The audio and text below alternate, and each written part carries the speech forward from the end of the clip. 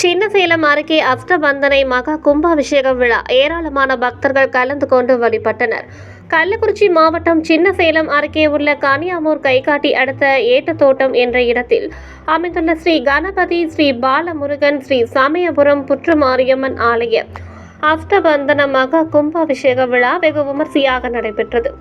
கடந்த 6ஆம் தேதி முதல் யாக வேள்வி பூஜை ஆரம்பிக்கப்பட்டு இன்று காலை உலகாலும் நாயகி புற்றுமாரியம்மனுக்கு திருக்குடம் முழக்கு நன்னீராட்டு பெருசாந்தி பெருவிழா நடைபெற்றது.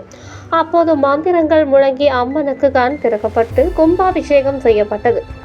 மேலும் இந்த விழாவில் சுற்றுவட்டார கிராமங்களில் இருந்து ஏராளமான பக்தர்கள் கலந்து கொண்டு புற்று மாரியம்மனை வழிபட்டனர். இந்நிலையில் நன்னீராட்டு முடிந்த பின்பு அங்கிருந்து பக்தர்களுக்கு அன்னதானம் வழங்கப்பட்டது.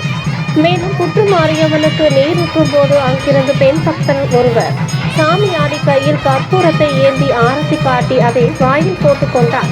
அப்போது பக்தர்கள் ஓம் சக்தி பராசக்தி என கோஷமிட்டனர்.